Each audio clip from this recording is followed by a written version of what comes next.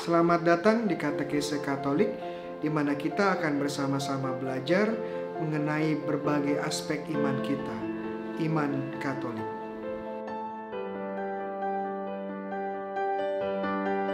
Shalom, teman-teman terkasih dalam Kristus, saya Romo Bayu OP.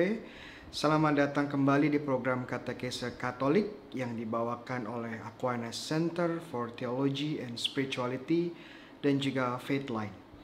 Pada seri katekese kali ini kita akan bersama-sama belajar tentang kisah sengsara, wafat dan kebangkitan, serta kenaikan Tuhan Yesus ke surga, terutama berdasarkan Injil Matius.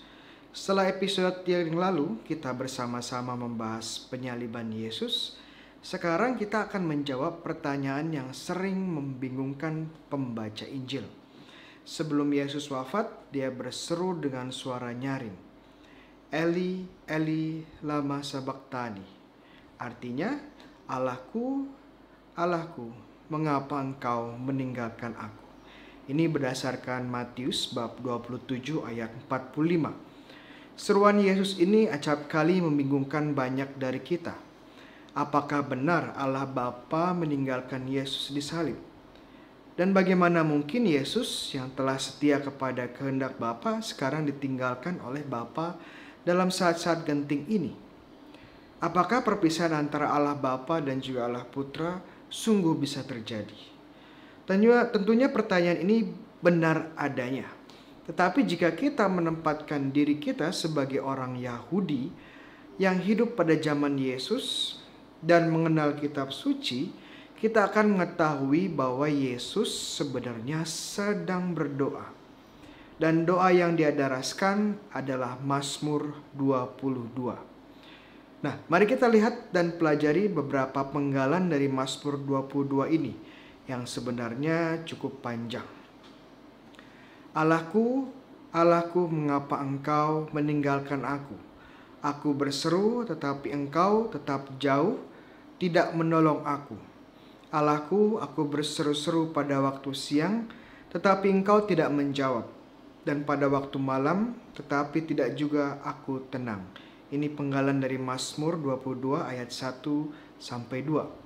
Bagian awal ini menceritakan bahwa sang pemazmur memanggil pertolongan Tuhan, tetapi seolah-olah tidak didengarkan oleh Tuhan. Kemudian kenapa sang pemazmur memanggil Tuhan? Tetapi aku ulat dan bukan orang, cela bagi manusia, dihina oleh orang banyak. Semua yang melihat mengolok-ngolok aku. Mereka mencibirkan bibirnya, menggelengkan kepalanya. Ia menyerah kepada Tuhan. Biarlah dia yang meluputkannya. Biarlah dia yang melepaskannya. Bukankah dia berkenan kepadanya? Seperti air aku tercurah dan segala tulangku terlepas dari sendiku. Hatiku menjadi seperti lilin, hancur luluh di dalam dadaku. Kekuatanku kering seperti beling. Lidahku melekat pada langit-langit mulutku. Dan dalam debu maut kuletakkan aku. Sebab anjing-anjing mengurumuni aku. Gerombolan penjahat mengepung aku. Mereka menusuk tangan dan kakiku. Segala tulangku dapat kuhitung. Mereka menonton, mereka memandangi aku. Mereka membagi-bagikan pakaian di antara mereka, dan mereka membuang undi atas jubahku. Ini beberapa penggalan dari Mazmur 22 dari ayat 6-18. Bagian ini memberikan penjelasan kenapa sang pemazmur memanggil Tuhan. Karena dia mengalami penderitaan yang sangat berat. Hal yang sangat menarik pada bagian ini adalah penderitaan yang digambarkan oleh sang pemazmur ternyata terjadi pada Yesus di salib. Yesus dicemooh. Yesus dikelilingi penjahat. Kaki dan tangan Yesus dipaku. Dan pakaiannya diambil dari Yesus dan diundi. Tetapi Mazmur 22 tidak hanya berakhir di sini. Mari kita lanjutkan bagian akhir dari Mazmur 22 ini. Engkau telah menjawab aku. Aku akan memasyurkan namamu kepada saudara-saudaraku. Dan memuji-muji engkau di tengah-tengah jemaah. Kamu yang takut akan Tuhan, pujilah dia. Hai segenap anak cucu Yakub. Muliakanlah dia dan gentarlah terhadap dia, hai segenap anak cucu Israel. Dari Mazmur 22 ayat 21 sampai 23. Bagian akhir Mazmur ini menyatakan bahwa Tuhan akhirnya menyelamatkan sang pemazmur. Dan dia mengajak semua orang yang takut kepada Tuhan memuji bersama-samanya. Jadi Mazmur 22 ini memang dimulai dengan nada keluhan dan bahkan frustrasi. Karena seolah-olah Tuhan diam saat sang pemazmur menderita. Tetapi akhir Mazmur 22 ini adalah Mazmur pujian dan syukur atas Tuhan yang telah menjawab dan membebaskan sang pemazmur dari penderitaan. Saat Yesus mengucapkan Mazmur 22 ini, Yesus sebenarnya tidak mengeluh atau merasakan Allah Bapa meninggalkannya, tetapi menunjukkan sebuah harapan bahwa Allah akan membebaskan dari penderitaan dan bahkan kematian. Namun ada hal yang lain yang juga tidak boleh kita lewatkan dari Mazmur 22 ini. Secara khusus bagian paling akhir dari Mazmur ini. Segala ujung bumi akan mengingatnya dan berbalik kepada Tuhan, dan segala kaum dari bangsa-bangsa akan sujud menyembah hadapannya.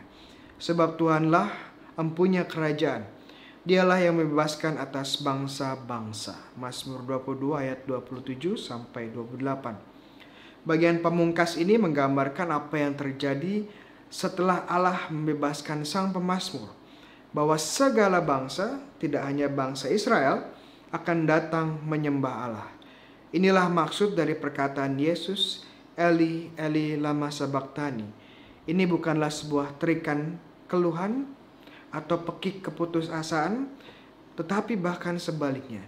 Ini adalah sebuah ungkapan harapan dan bahkan syukur karena Allah akan sungguh datang menyelamatkan, dan melalui Yesus yang disalib, bangsa-bangsa akan menyembah Allah yang benar. Hal ini sejalan dengan apa yang dikatakan Katekismus Gereja Katolik yang menyatakan bahwa Yesus tidak pernah berpisah dari Bapanya, tetapi dia mewakili umat manusia yang terpisah karena dosa dan disatukan kembali kepada Bapa. Mari kita simak Katekismus Gereja Katolik nomor 603. Yesus tidak dibuang oleh Allah, seakan-akan ia sendiri telah berdosa. Sebaliknya dalam cintanya sebagai penebus yang selalu menghubungkan dia dengan Bapa, ia dengan sekian mesra menerima kita yang hidup jauh dari Allah karena dosa-dosa kita.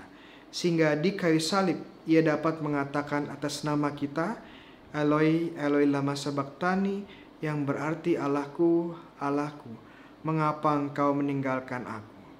Karena dengan cara demikian Allah sudah membuatnya solider dengan kita, orang berdosa.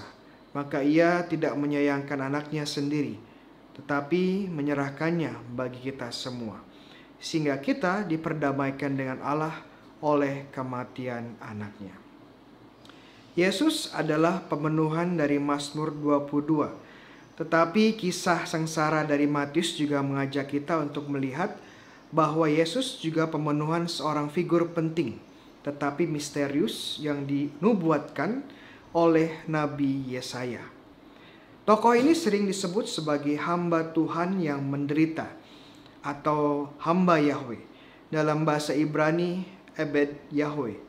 Dalam perjanjian lama, gelar Ebed atau hamba Tuhan biasanya diberikan kepada tokoh-tokoh penting bangsa Israel yang memiliki tugas khusus yang diberikan Allah. Seperti Musa, kita bisa lihat di Keluaran 14 ayat 31, atau Elia. Kita bisa lihat dari 1 Raja-Raja 18 ayat 36. Dan juga Raja Daud, kita bisa lihat kisahnya di 2 Samuel bab 3 ayat 18. Mari kita melihat bagaimana Yesaya menggambarkan hamba Tuhan ini, dan kita coba melihat bagaimana deskripsi hamba Tuhan ini ada pada Yesus.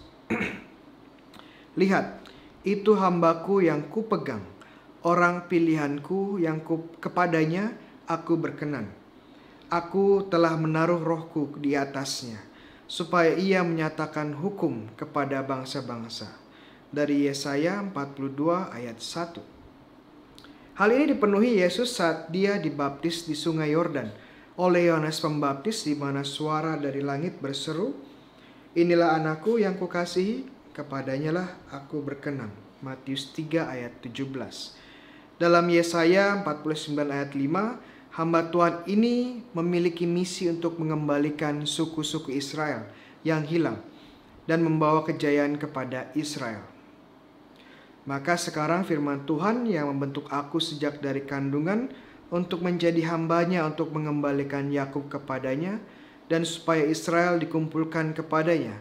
Maka aku dipermuliakan di mata Tuhan dan Allahku menjadi kekuatanku.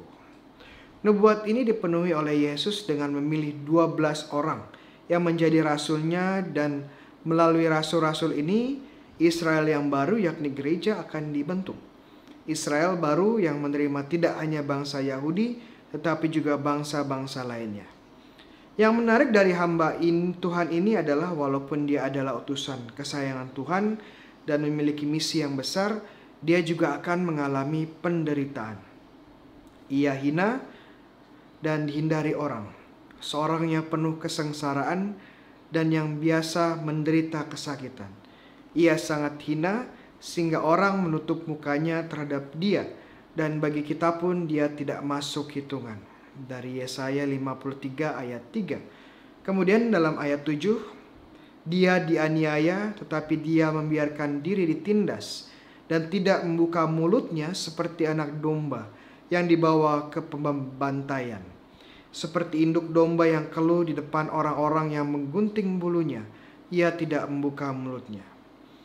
Deskripsi hamba Tuhan yang menderita seperti domba menuju tempat pembantaian tanpa perlawanan ini sesuai dengan apa yang dialami oleh Yesus di kisah sengsaranya secara khusus di Injil Matius.